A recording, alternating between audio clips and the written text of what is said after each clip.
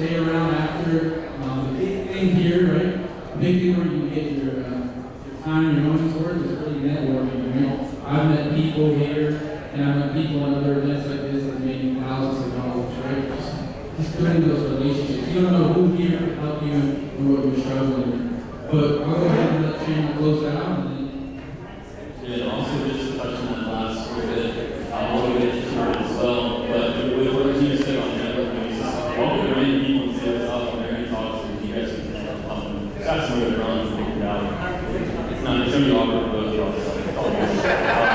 So anyways, today we got 70 bettors, which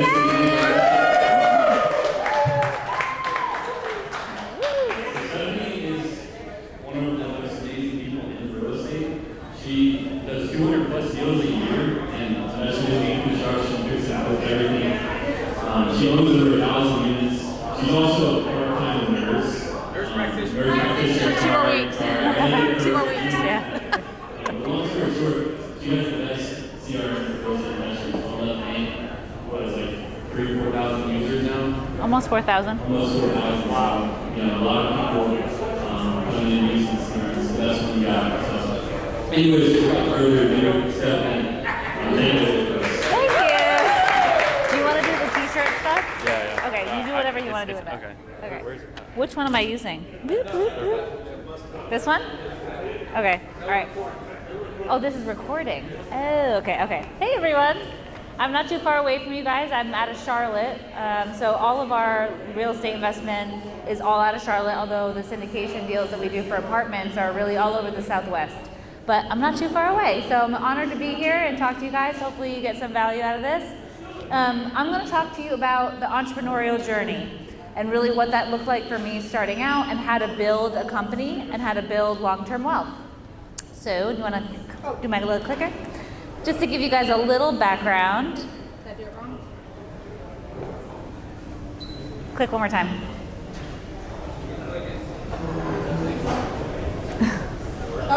I see. Okay, there we go. I see how we All right. Okay. There we go. Now we good? Okay. Yep. Okay, so this all started with an idea.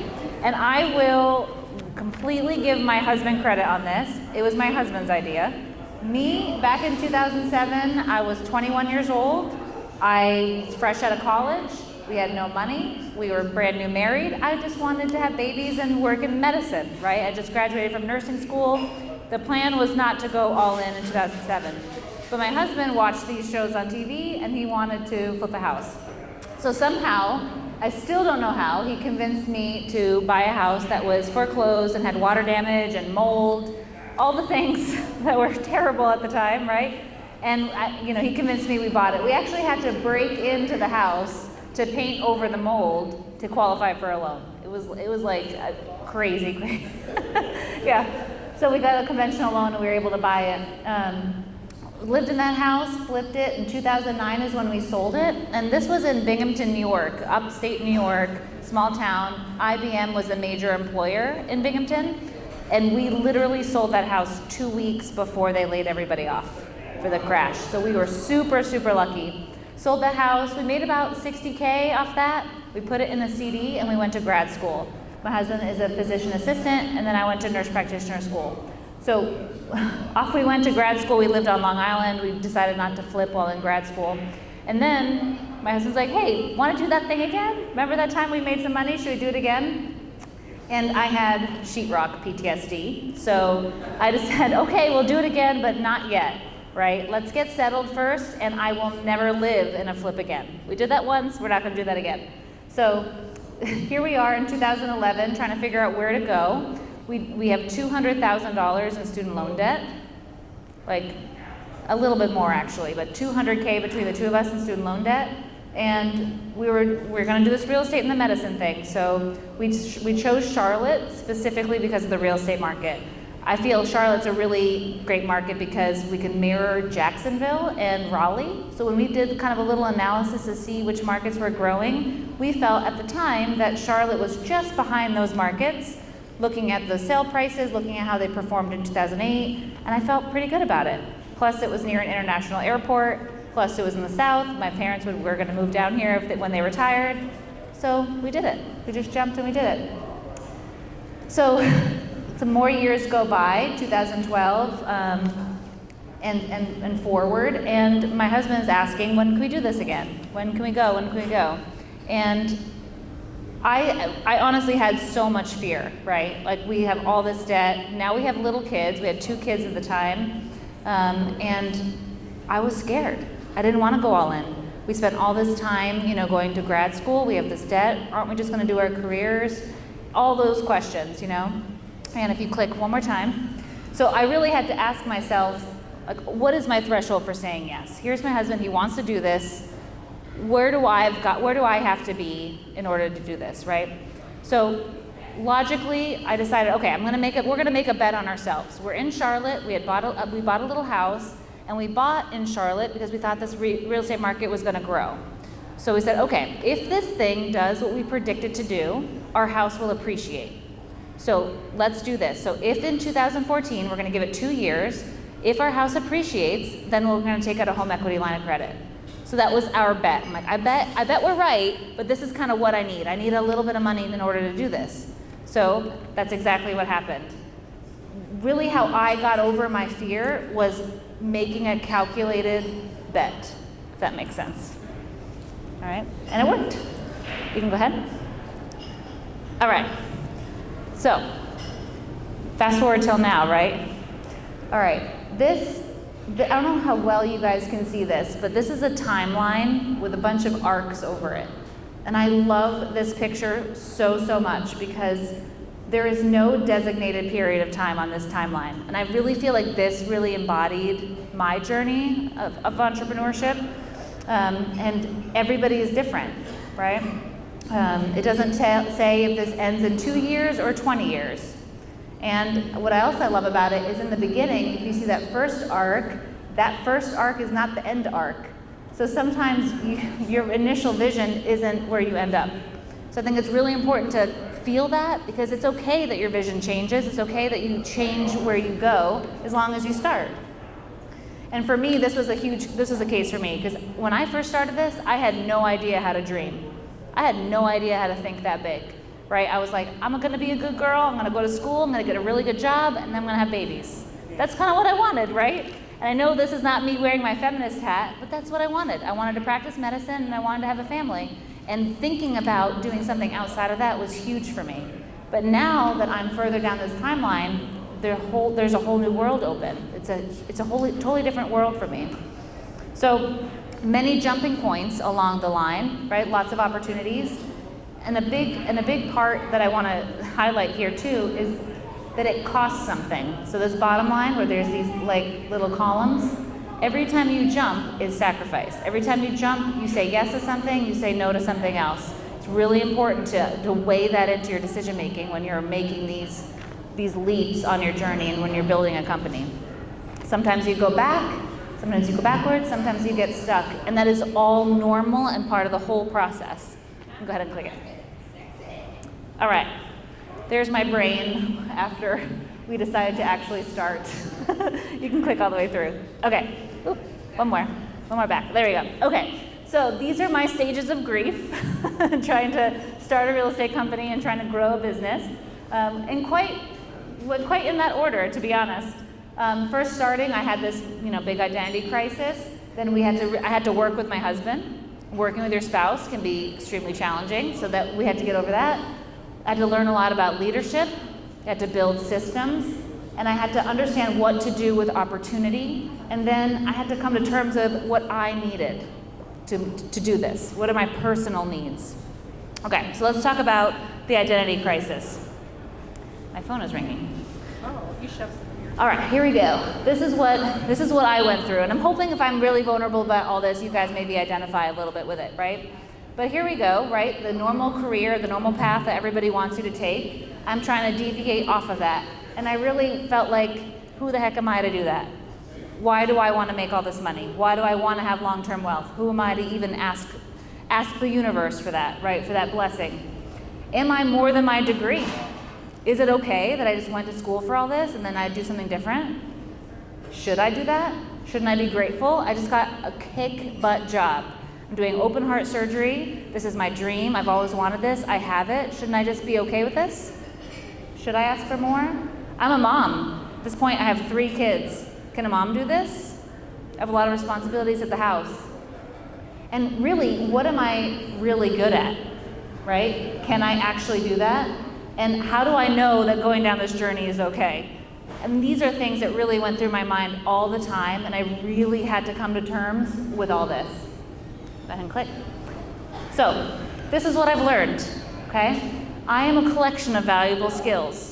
My medicine background makes me stronger, just like your finance background, your interior design, your whatever background. You bring something to the table for that background, so do not underestimate what that is, even if it seems like it's outside our industry. And I've learned that I can do anything if I'm angry enough. And I will admit that being angry is a huge motivator for me. I'll get to that a little bit later, but if I'm angry, I will do it, right? And no one in this world, including my family and my close friends, can decide what I'm capable of. And you're usually gonna find that those are the people who are like, no, that sounds like a bad idea, and they're doing it because they want to protect you, but they have no clue what you are capable of, okay?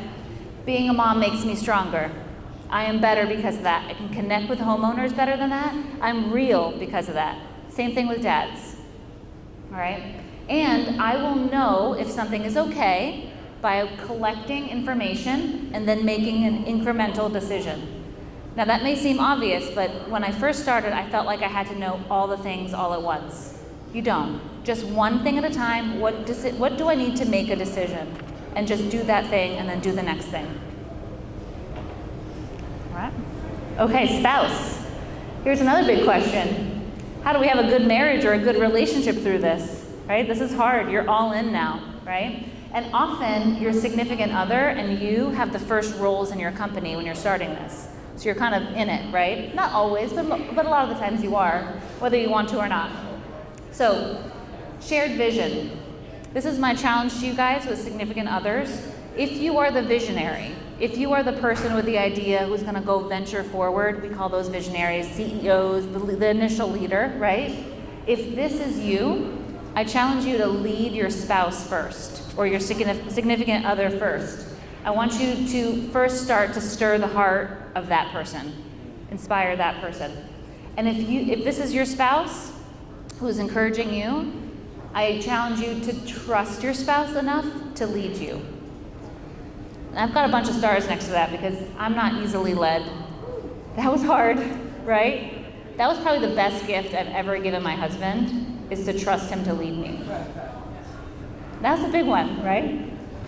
All right, come up with what your negotiables are and your non-negotiables. What are the daily life? Who's gonna take what roles? When are we gonna hand off? What are the boundaries? When are we gonna not talk about work? When are we gonna talk about work? And this is literally the best advice I've ever received. And this is actually before the business, but keep it all on the table and talk about everything. Always. Everything full transparency, always, even when it's ugly, even when it's hard. And I find myself, this is my kind of like my trigger now when to say something, but if I say, oh, I shouldn't have to tell him that he needs to, that means I should tell him, right? If you ever feel like I shouldn't have to tell, if that ever crosses your mind, you need to have a conversation. And if you haven't read this book by Gary Chapman, The 5 Love Languages, read it. It'll save your marriage and it'll save your business. If you're working together or not, that one's really, really important. All right. There are 3 types of business spouse / business significant other relationships, all right? The first one is the CEO wife, and I'm gonna talk really from this wife perspective because that's me, all right? But this is interchangeable with men too, of course. But if you are the CEO wife, and by the way, I've been in all of these roles, you're the boss. You're gonna have to feel comfortable talking about gender roles because somebody has to run the house. Somebody has to do the house things, right? So if you're the CEO and you're the woman, just be okay with talking about it. Be really clear talking about the men in your life, you know, who's gonna do what and are they okay with it. If they're not okay with it, you gotta get help, okay? But make sure that you talk about gender roles. From my husband had a hard time talking about gender roles like this when he had to do kid stuff while I did work stuff, right? So we have to come to terms with what are negotiables and what are non-negotiables. So get ready to talk about it. If you are the CEO wife, you are going to need security, Okay, you're gonna need to find somebody who can provide you that security in all this chaos. Okay, you gotta pace yourself, and you gotta find a way to feel secure. If you are the partner wife, this means that you are actively involved in the business, you have job roles, you're all in, right? Then you all are both going to struggle with boundaries, priorities, and balance. So this is gonna be a topic of conversation all the time, these three things. So feel comfortable having those conversations. And if you're the supportive wife, this means you work in another field completely, or maybe you're a stay-at-home mom, you're going to struggle with loneliness. You're gonna feel like maybe you can't relate or understand, and you may feel like you're living a different life. So make sure you make connections outside, okay?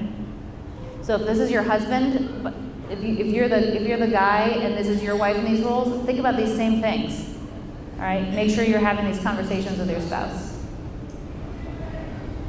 All right, next big part of the entrepreneurial journey is figuring out how to be a leader, okay? This famous quote, if you want to go fast, go alone. If you want to go far, go together.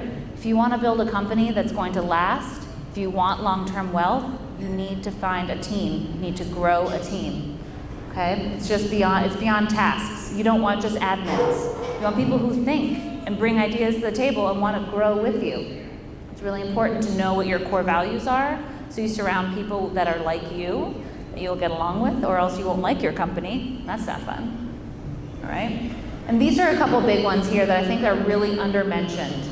You need to be a leader worth following, okay? What do you bring to the table for your team? A lot of the times we talk about what the team member or the employee brings to the table.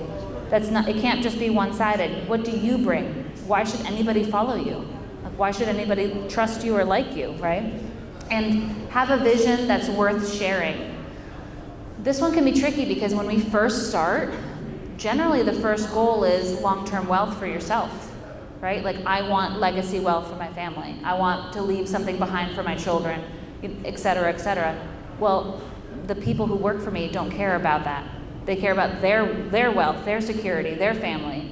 They're not gonna follow me just to line my pockets, right? So what I'm doing with this company has to be worth it for other people to do it with me. It's not just about me. So I challenge you too to think about what that is. What's your impact in the community that you can get people on the bandwagon with you? If you can get that down, that's your elevator pitch. That's what you tell people who are interested in working with you what you're doing here. Why are we here? So my real estate business in Charlotte, we're here to create affordable housing. There's a huge affordable housing crisis in really the US, but especially in Charlotte. We're here to create those opportunities for people.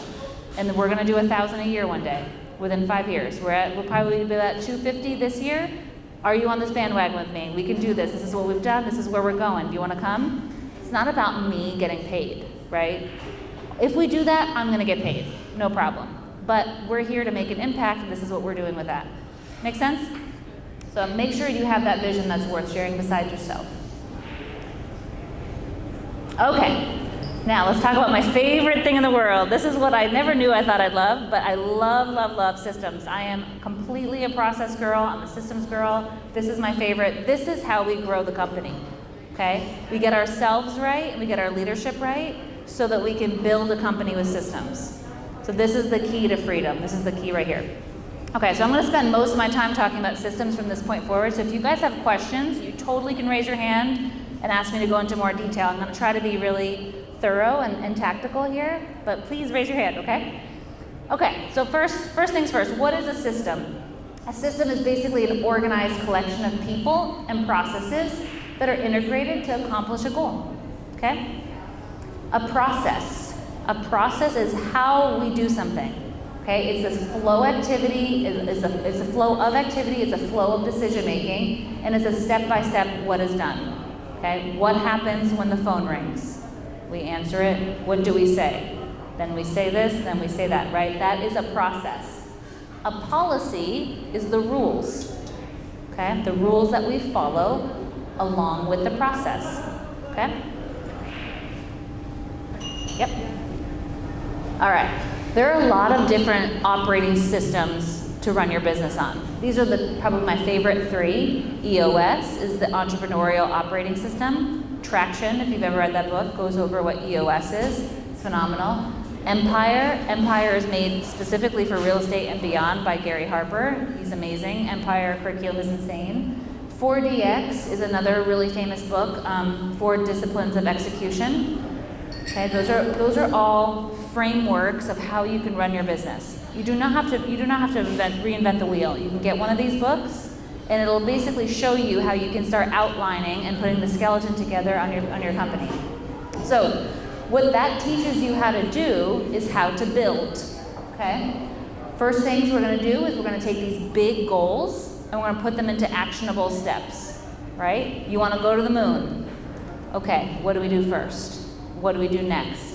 We can do really, really big things if we just take a couple steps at a time. Next, if you're going to build, you're going to have to know how to measure. If you can measure, you can make good decisions. So what metrics and KPI stands for key performance indicators. These are things that you can measure on a daily, weekly, monthly basis that tell you if something's working or not. So you set a goal, and then you start to measure what happens when you do the thing, when you do the action. And then when you get that feedback loop, now you can tweak and make decisions based on that data, okay? Building requires you to set up departments. And I'm going to give you really specifics in the next slide, so don't lose me. Don't let me lose you yet. But think of your company as a conveyor belt and putting departments together with focused effort.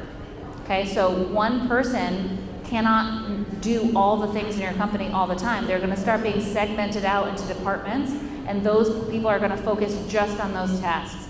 If you can do that, now you can grow and you can build because everybody's focused. They're not running around with their heads cut off. And training. If you want to build a company, you got to figure out a way to train people quickly and retain their knowledge so that they can go and find that information and have a database where they can do it. You're going to have churn, especially when you're starting and then when you start leveling up. The people that you start your company with are generally not the people that you end up with, right? The first people that you hire are probably the first people to believe in you, right? Like, hey, you're my friend. You want to go on some appointments with me? Like, this is what I'm doing. They're like, yeah, I'll help you out. Right? That person is not going to be the person that's running that department necessarily in 3 years. So you've got to kind of be okay with churn and start documenting how to do things so that you can train people faster and more efficiently. And that doesn't feel like such a heartbreak when you have to train somebody. Okay? All right, and then being structure-based and process-based forces you to be simple and straightforward. You have to make one way that you do it, and everybody follows it every single time. We're not making it complex. We're going to make it as simple as humanly possible. Okay? And we're going to remove as many decisions. This is really important if you ever want to get out of the weeds. You can't make every single decision yourself. So you have to have your process and your rules, all that stuff documented out for people to follow with as little variables along the way as possible. If there's a lot of variables and people get super confused, they don't know which way to go, what if it's this and then this and that, it gets really complicated. You can't scale that way, so you gotta reduce decisions. All right, next. Oh, document. Yeah, document everything. Okay.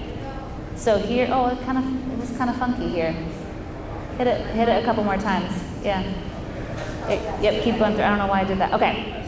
So here's an example of a system for real estate investing. Okay? So imagine it like a conveyor belt.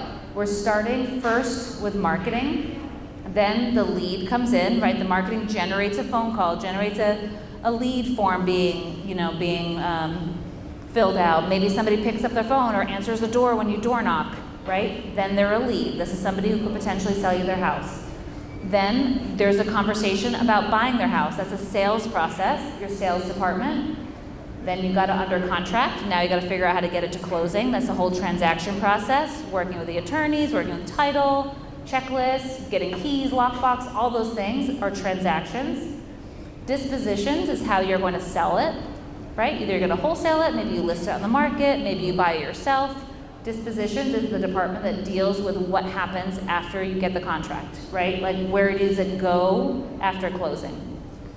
Project management is, where it goes if you're going to be flipping or building. There's a whole department that'll just manage from closing until resale. And then the last part is finance. All right, these are all your financials, your P&L, your balance sheet, keeping track of everything, right? Okay, so when you're starting to put together systems, this is an example of putting everything into its own department, trying to categorize every step.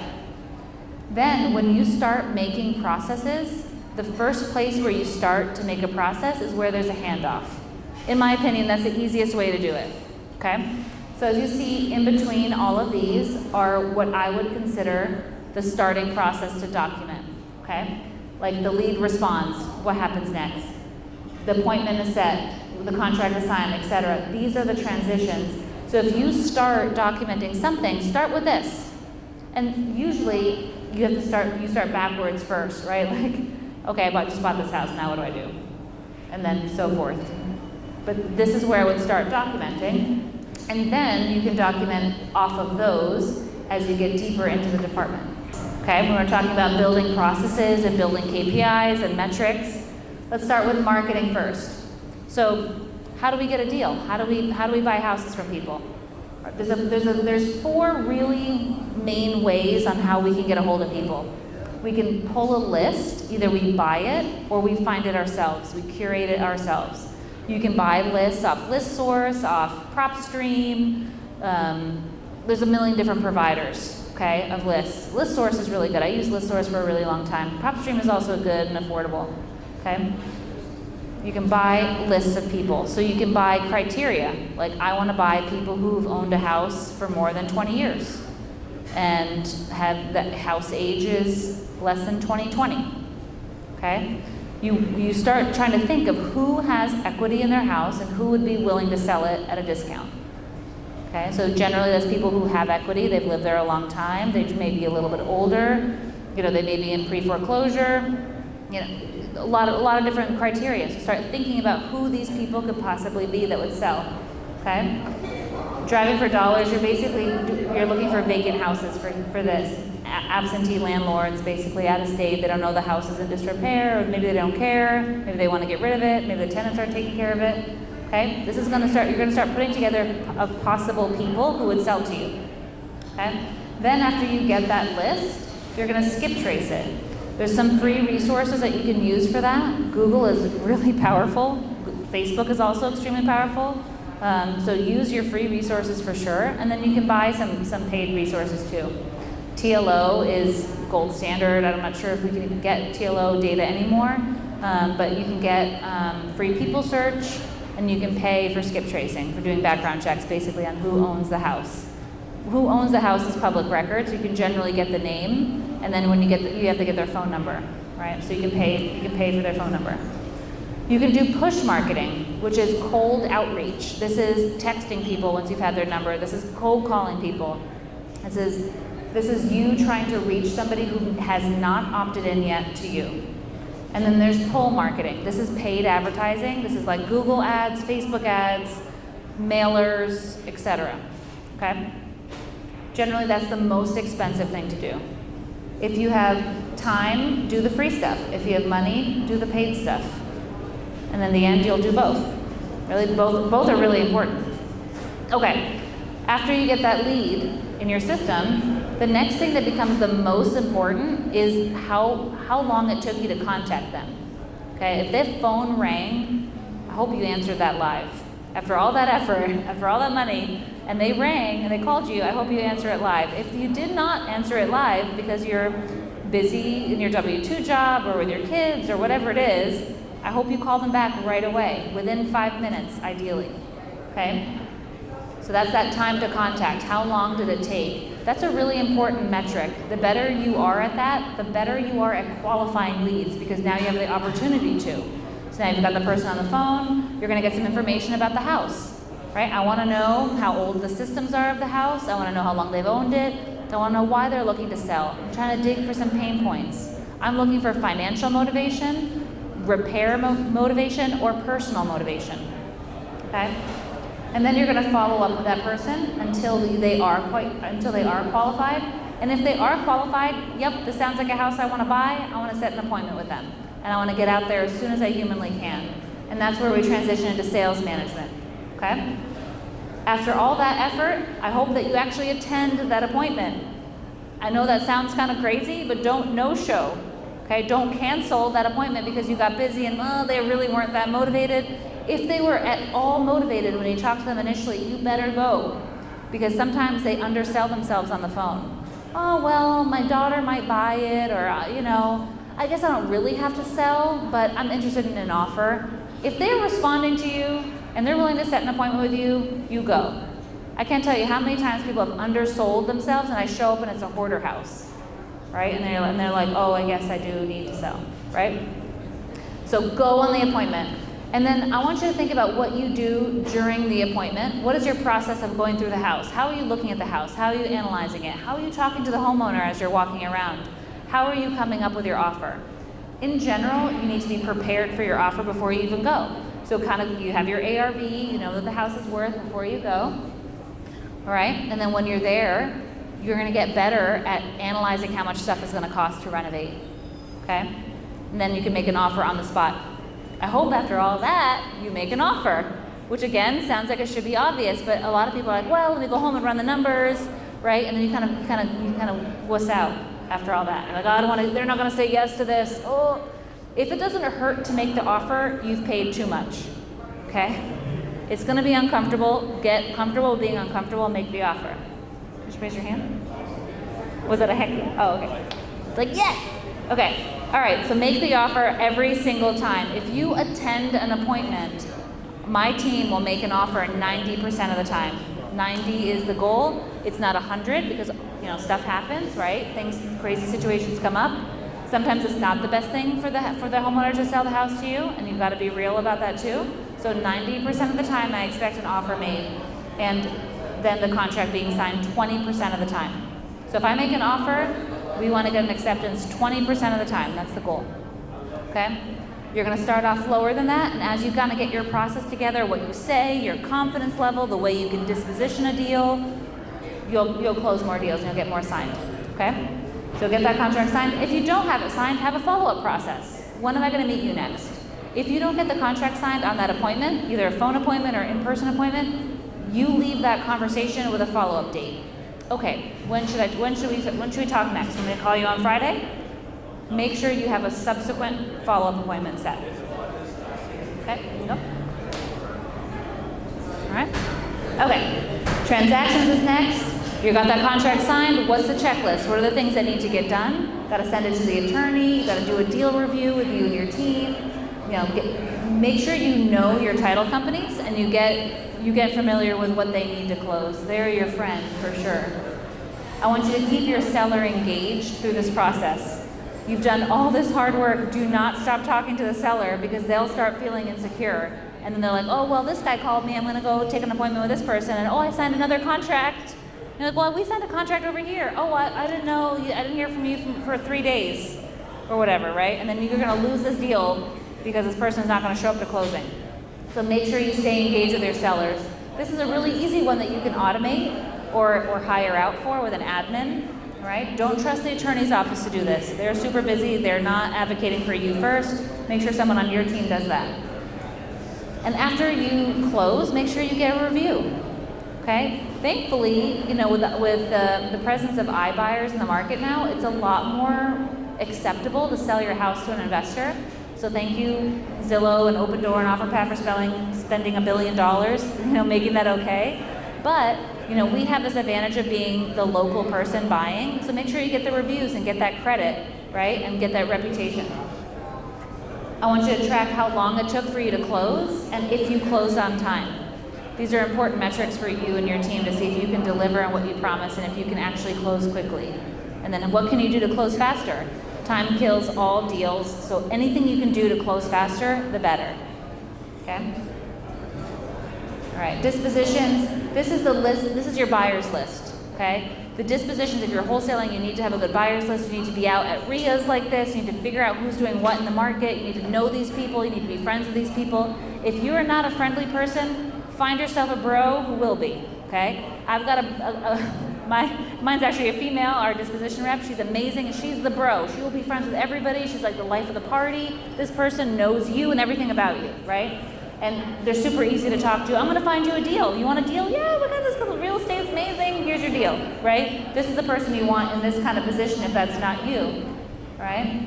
So make sure when you get a deal that you know who this could possibly appeal to, if this is a buy and hold investor, if this is a flipper, if this is a piece of land that somebody can build on, kind of have an idea who's going to buy this and go to them. You can communicate with your buyers list by texting or emailing, all which can be automated, which is super helpful. Cold calling buyers is huge. If you have a deal, you can pull a list of buyers in your area, which you can get off PropStream or ListSource and these other places, and you can call them and be like, hey, I see you bought a house in Charlotte. I've got a deal. Are you still interested in buying other deals? You'd be surprised how many people will say, gosh, tell me what you got, right? That's the criteria. And I'll tell you, if you cold call me and you say, hey, you're a buyer, do you want more deals? I'll say, well, show me a deal, and then we'll talk, right? So when you get a deal, make sure you do this, even if you have it assigned. Do this because people want proof that you actually have deals, especially if you're getting off the ground, okay? That's really important. And a quick little pro tip, because I've had a little bit of beer, I'll tell you this little trick. If you go to the auction house, go to the bid room and find people who are bidding on auctions, okay? These people generally pay a little bit much, right? They're usually higher bidders, and they're used to all the BS that's happening at the courthouse. They're used to being outbid and the whole long process, etc. They're fantastic buyers. They're fantastic. So make sure you grab those. Okay? All right, follow up with your buyers, stay friends with them, go out to lunch, go out to dinner, go out to coffee, keep in touch with your buyers, and track how long it takes you to assign something. We all want to assign things as quickly as we can. Not too quick, because you want to sell it for the highest price, but you want to make sure that you're assigning things quick. Just like we said before, time kills deals. So if you have a deal that you've had under contract for a week, it's probably a little high, right? Or maybe you don't have enough friends who will buy it. Your buyer's list isn't good enough. It's only one of those two things. The only reason why you don't assign a deal is because it's too expensive or because you don't have the right buyer. And really, in my opinion, it means you don't have the right buyer. Okay, you can get buyers who will pay retail price. So if you have a reasonable deal, especially now, you can sell it, okay? And I'll tell you, in Charlotte, we've walked up houses at 95% of ARV, and I sell it for 110% because we have a fantastic buyers list, okay? All right, marketing, don't forget that this is a big piece of marketing. You're not just marketing for leads, you're also marketing for buyers.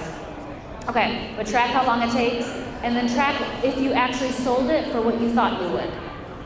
How good are you at predicting?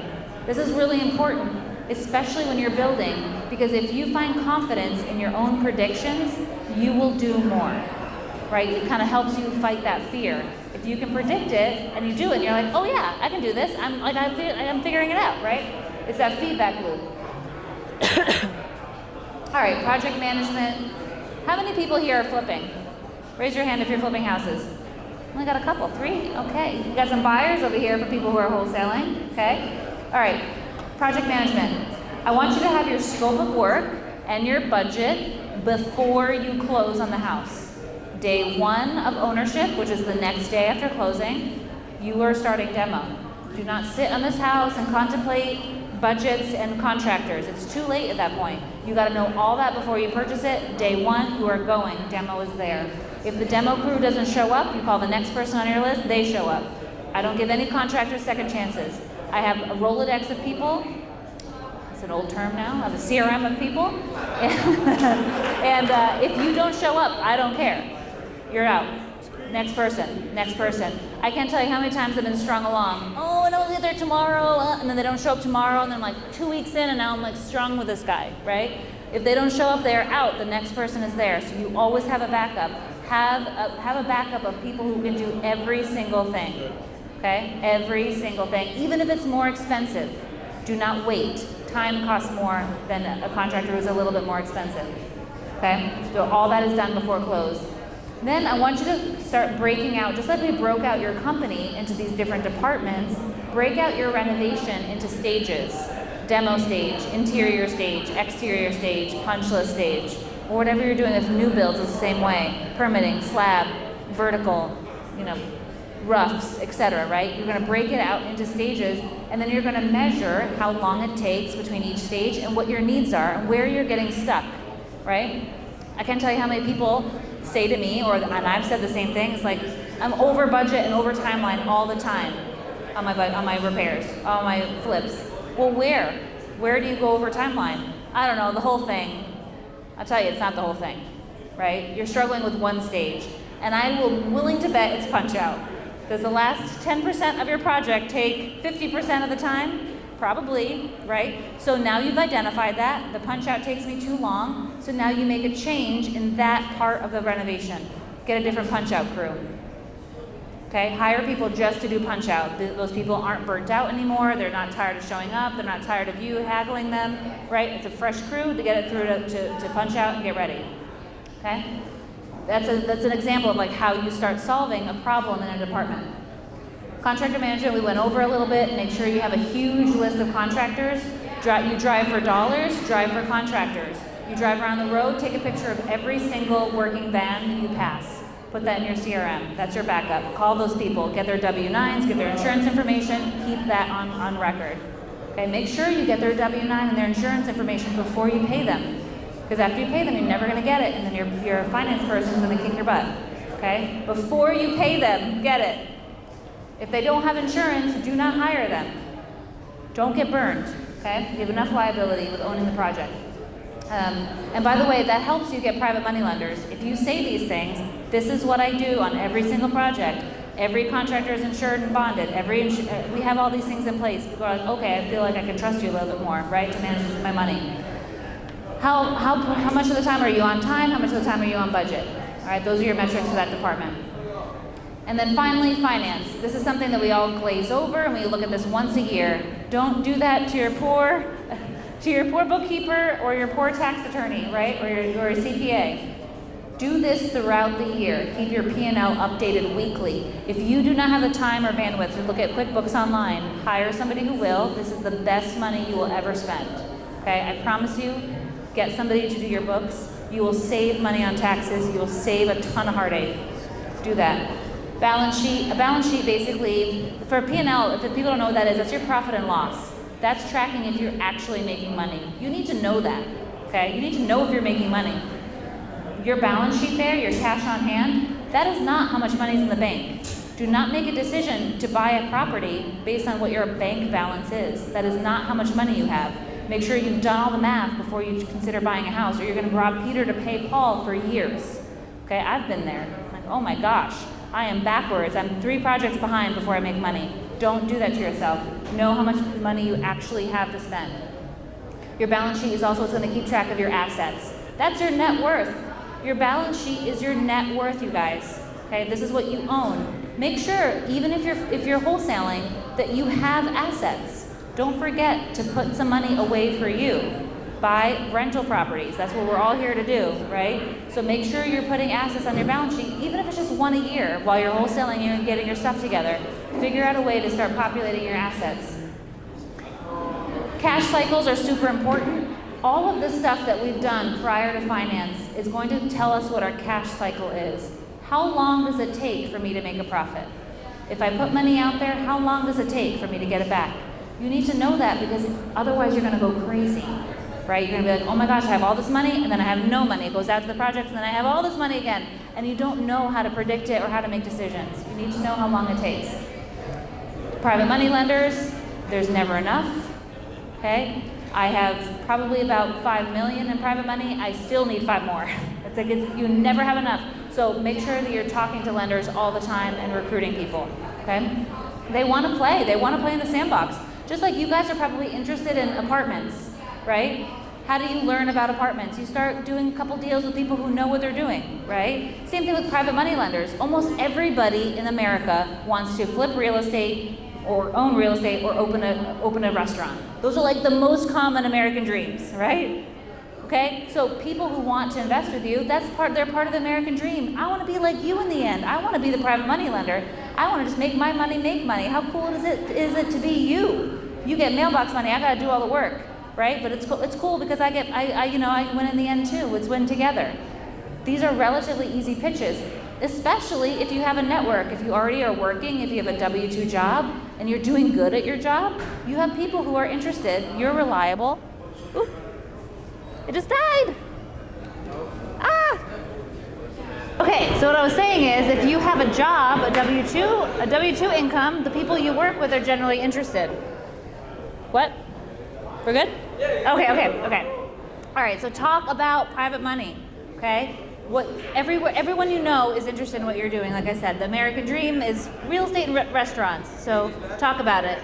Our very first private money lender that we recruited was, I was sitting there suturing this guy's head, okay, talking, because they're like, you have about 15, 20 minutes to talk to somebody you don't know, which started talking about real estate. It's like, oh, actually, I do invest in real estate a little bit. Oh, what is it that you do, etc.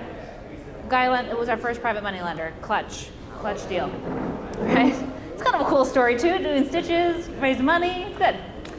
What else have I got there? Budgets and payroll. Okay, set a budget, have a plan, and have a payroll provider to start doing all of your payroll for you so you don't have to. Paychecks is who we use. Another really good one is ADP.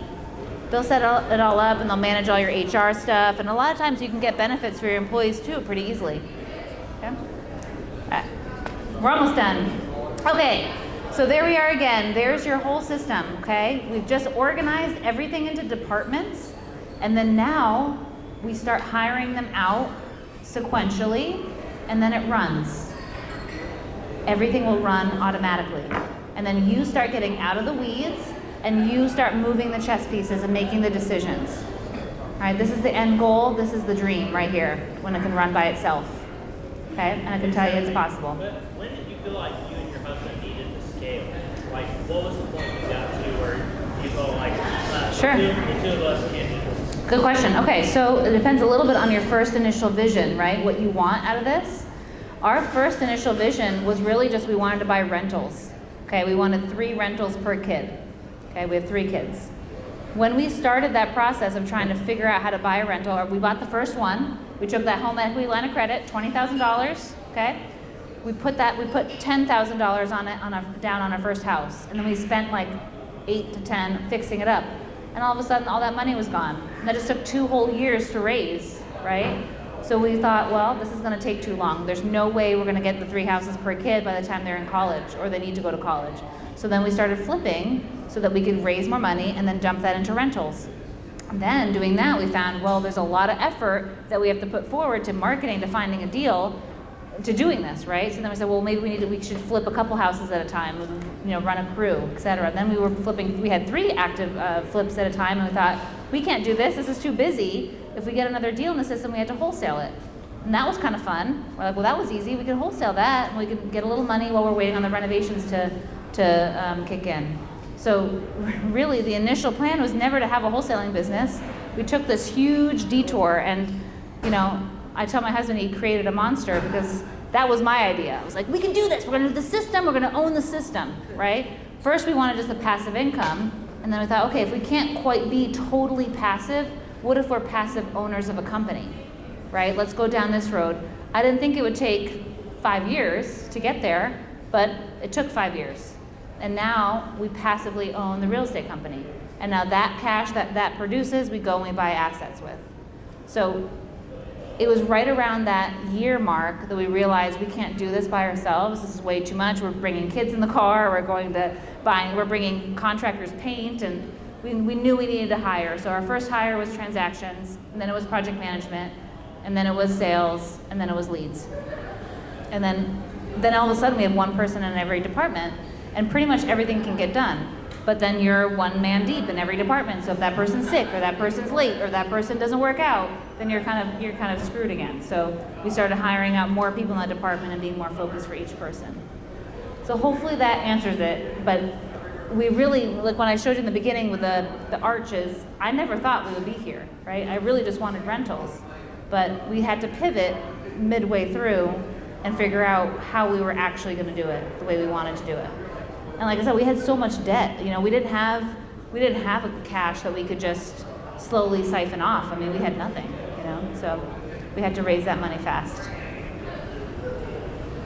Okay, here are some process indicators. These are some basics that I think would be really good to start with. Okay, process indicators. This is telling you if what you're doing is working. Okay, so these are some industry standards, some goals to have. So the percentage of leads that you're generating to the percentage of those that are actually qualified. This is the homeowner that has motivation, that wants to sell their house in my area that I'm buying. If you get 60% of those people to actually be qualified, you're a top tier real estate investor. Okay, that means your marketing is awesome. Most people are somewhere between 30 and 60. 60 is like gold standard. Okay, after you have a qualified lead, 90% of those should have appointments, right? You'd be surprised how many people have a qualified lead and never set an appointment. 90% is your benchmark. And then on the appointment, making that offer to getting that contract signed 20% of the time, okay? You'll see that if you fix one part of that equation, it'll equal more deals, okay? So for example, if you want more deals, you need more qualified leads.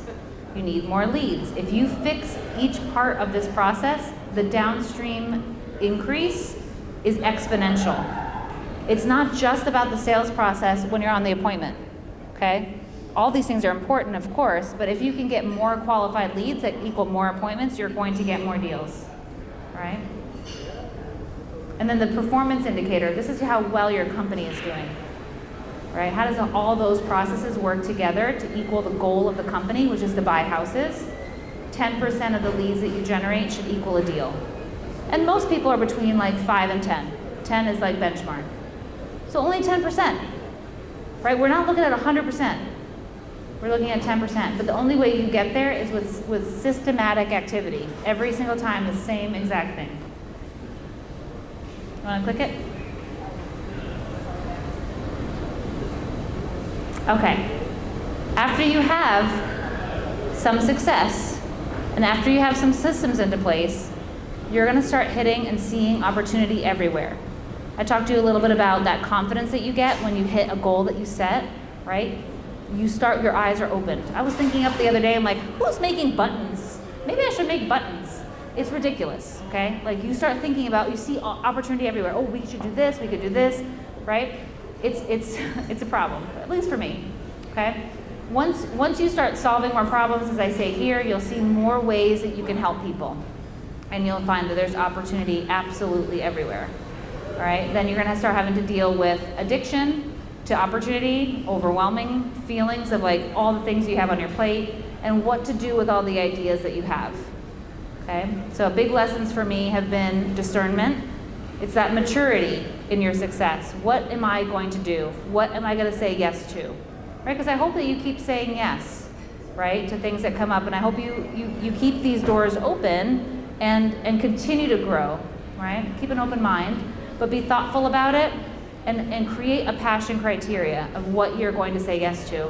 So like I said in the beginning, if you say yes to something, you're saying no to something else. So make sure that your yeses are emphatic. This is a hell yes. This is not like a well, maybe. I'm not sacrificing time with my kids for anything other than a hell yes, right? Okay, so make sure that it meets that criteria before you say yes, or you're gonna say yes to everything and you're gonna get super overwhelmed. Been there, done that, okay? Make sure you develop some passion criteria. And then some crazy things happen. So you can't quite see it on there on this screen, but so this first one, the top left, Better's Homes of the Carolinas, that was our very first company. I didn't know how to make a logo with a transparent background. All right, that's what it is. That's real, right? That was our first company. We merged in 2018 to make Better Path Homes. That's our mother company now.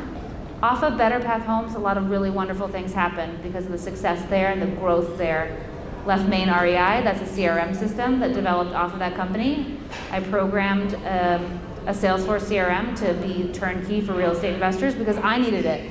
And then other people said they liked it and wanted that too. So Left Main was born.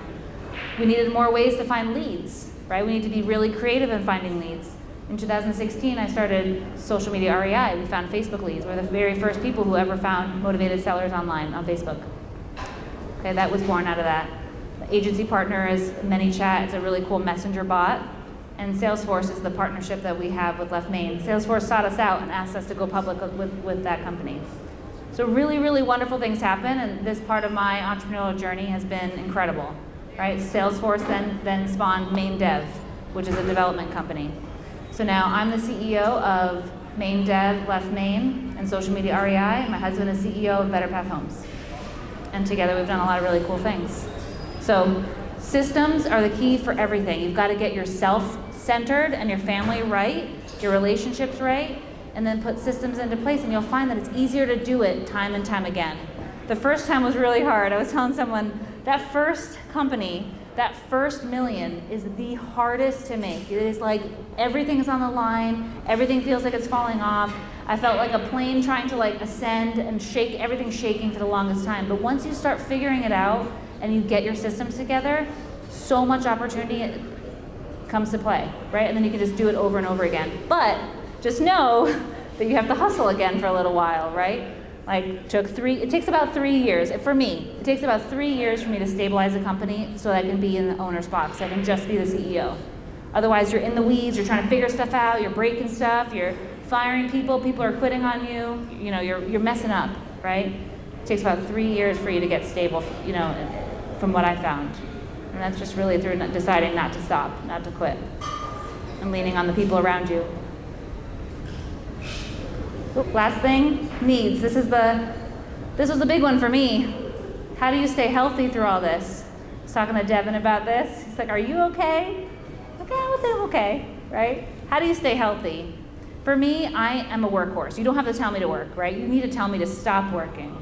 So how do I stay healthy and do all these things all at once and keep all the balls in the air and keep everybody happy? It's really you. You've got to water your own garden, right? So I need relationships. I need my friends. I need my network.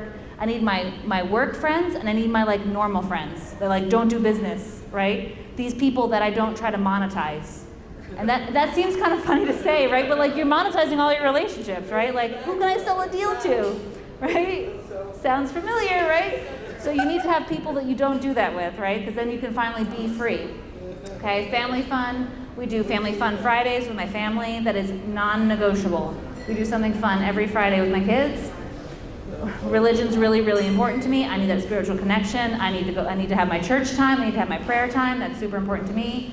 My tribe, physical health. This is the first thing I sacrifice. I don't know about you guys, but the first thing I'll say is, I'm just not going to sleep. Or I just will skip my workout. I'm not going to go for a walk. I'm going to walk 1,700 steps in a day total. Okay, don't do that. Don't do that. I can't do that. I need to go do like high impact activity for me to feel better. And then the constant struggle with balance and counterbalance.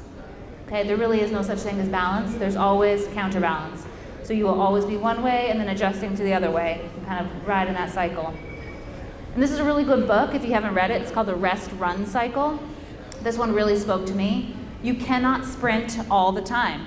It's okay that you don't sprint all the time. It is okay that you watch a TV show and turn off your brain.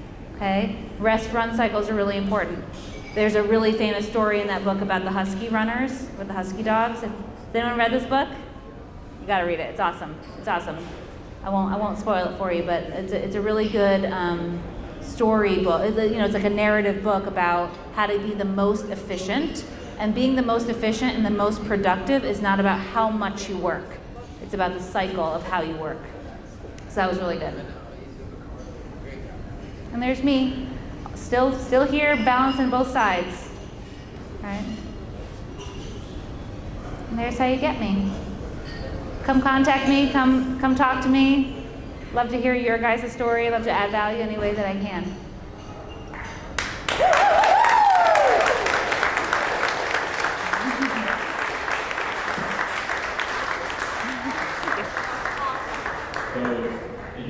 Stephanie, she lived up to all the hype, right? So, Yeah, she did. fantastic. She told me she was going to come and talk about how to build a business with systems, and I think she just gave you how to be an entrepreneur with a system, along with the business system. So, it's the same reason why we buy iPhones, right? To get a better system, right? Yeah. That's why we buy businesses. Got the better system. So, definitely take what she did, and if you're depending on what stage you're at in your journey too, is how she had that process map lined up from leading to marketing, lead management to sales all the way through, right?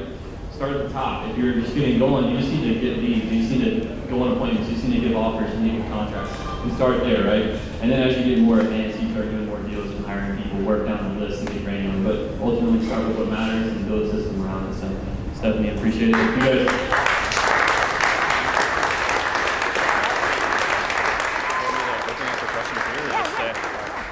So let's do a quick 10-minute Q&A if anyone got any questions. If not, she's going to be around here for a little bit longer, and then we'll open up networking. So, our couple questions. Yay! Stephanie, I'll let you take care of it. All right, go ahead. How did you deal with childcare? For a long time, childcare, they came in the car with us. We have a minivan. We just loaded the kids up and we drove around with them. They went driving for dollars with us, and they would say, "Hey, mommy, look at that house. That house looks terrible." You know, they kind of came along for the journey. I really recommend getting your family involved if you can, because then they aren't just the person you say no to; they're part of it with you.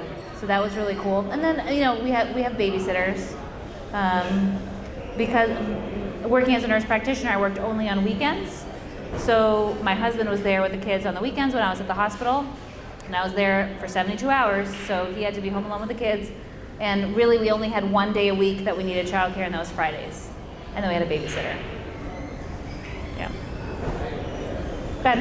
All right, so this is a left main question. Sure. So we just fully integrated with left main. Oh, great. And so I guess the question I have right now is that like my team, we went through all the onboarding and everything of that nature, and they're having this team having trouble like finding the flow for themselves. Sure. So like, what's the best way to like for them to actually like really like get to learn more information about the CRM and then Sure. Okay, so for the CRM for Left Main, if you are a Left Main customer, then we have training every single week, Tuesdays, Wednesdays, and Thursdays. Tuesday, we talk all about lead management and the whole flow of leads into setting appointments, and then what to do when you're running an appointment. It's a little bit how to use the system, but also like how the best way to use the system is, like how to run the business, right? So that's Tuesdays. And Wednesdays, we talk about transactions and dispositions. So that whole process of your transaction, so how to make a checklist, how to deploy that checklist, what are the stages of the transaction, how to wholesale, how to send it out to your list and stuff like that. And on Thursdays, it's admin training, how to make dashboards and reports and KPIs and goals and things like that. So make sure you go to those. Those are live. with Rain, right? Yeah, Rain's on those. Sometimes I attend those too. I just jump in every once in a while and attend those too. And Yeah. as far as if we had any other questions, as far as like we all do like modifications or integrations Yeah. and stuff, because I know some people they found like the Salesforce admins help them out. Yeah. Do we need to go? That We do that too. You just gotta ask for it. Okay. Yeah, we do consulting and stuff too. Yeah. Hey, Stephanie, it's just me right now, my company. Like, what should be my first hire? Because I'm doing it all. I'm definitely just the director of operations guy. I don't like sales, but I'm good at it. Okay. I like it. Hey, you start with what you suck at, or what you hate doing. Okay. Usually they're the same. So sales guy. Okay? Yeah. So then you need a sales guy. You need a bro, and a bro can be a girl. Okay. Totally can be. You gotta get somebody who likes talking to people. And it's a lot easier than you think. Like, especially if you got the analytic part of it and you know what to make an offer on, you can hire somebody just to go out and take pictures and just have decent rapport with the person. Like, hey, I'm just here, I'm with XYZ company, I'm just gonna take some pictures of the house, and then just make it really, just say, they're not gonna make an offer. Say, we're gonna take these pictures, and then so-and-so is gonna call you. Say less. Yep. All right, what are you drinking? Because you've had that next drink's on me. How about that? I don't think I can have more than one. I don't know, some IPA. Thank you. What you got? So, for the people who are past the getting started phase in your coaching experience, where do you feel most people stumble in the business after they've done a few deals? Probably with how to scale after you've done some deals. I think after you've done some and you've made some money, the question then is, what do I want? You either want a lifestyle business and just do a couple deals a year, and then you don't really have to do a ton of scaling or hiring, or you're like, hey, I see where this can go, and I need to scale it. I want to bring people on, and I want to grow. When you're making that decision and you head the direction of I want to grow, the next question is always, where should I spend my money, my profit, right? So the people who stumble are the ones who cannot make a good decision with that. And the reason why you don't make a good decision with that is because you don't have enough information. So people take for granted the importance of metrics and KPIs. What's my cost per lead for this source? What's my cost per deal for this source? As just a really basic example, right? So if you're going to be putting money into scale, just make sure you understand what's going to be returned from that money. And the only way you can do that is by tracking and having that reproducible system. And then people can live in that system that you built, right? Then you can hire somebody, and then they know what to do and what you're going to measure, so they know how to do a good job for you. Yep. What's your typical onboarding process for like acquisitions? Oh, good question. Onboarding process for acquisitions. We have an 8-week training. So the first week is like super intense. We go through all the things related to real estate. I've never really hired anybody with real estate experience. I don't hire agents. I would consider an agent who's brand new and never done any deals, but they get so indoctrinated with other stuff that I feel like they can't quite buy stuff off market in our context. Maybe independently, but not in our context, if it's their company, I mean. So we train them on real estate. So we have a couple like slides and stuff. I can give it to you guys. If you email me and ask me for my training, I'll give it to you. It's just like a spreadsheet, but basically it's like, what is a distressed house? What is a motivated homeowner? How do I comp properties? What are real estate terms? All the really basic stuff. We have them listen to some key calls. We have them shadow. We have them make outbound calls to people. And we talk about our contract. We talk about the closing process, what to say on an appointment, how to generate repair costs. But I'll give it to you if you email me. Okay, good. I really am happy to do that. It's free. I'll just give you guys my spreadsheet. It's a couple dorky calls of me talking to homeowners if you want a good time. All right. I know that you're affiliated with Salesforce now. Yeah. Do you actually like Salesforce, or maybe you have to condense yourself to build on that platform? Oh, do I like Salesforce? I didn't at first. My story with Salesforce is a little bit complicated, but I basically went through a whole development. I didn't want to build my own CRM on there. I didn't want to. I wanted to hire a developer to do it, but they quoted me just an astronomical price to develop it out, and I got really, really mad. And I said, I'm just going to do it myself, and then they all laughed at me. So I said, well, now I'm really going to do it. Now I'm angry. So now I love it. I love it, love it, love it, because I built it for what we need. You know what I mean? Salesforce out of the box is really, really difficult. It requires a developer a lot of time to tweak it. So what we made with Left Main is like a turnkey, pre-built out thing for real estate investors. So now we can just buy houses and let this thing help us. So I love it now. I honestly think that that's what brought me to the next level was getting all that stuff together. So.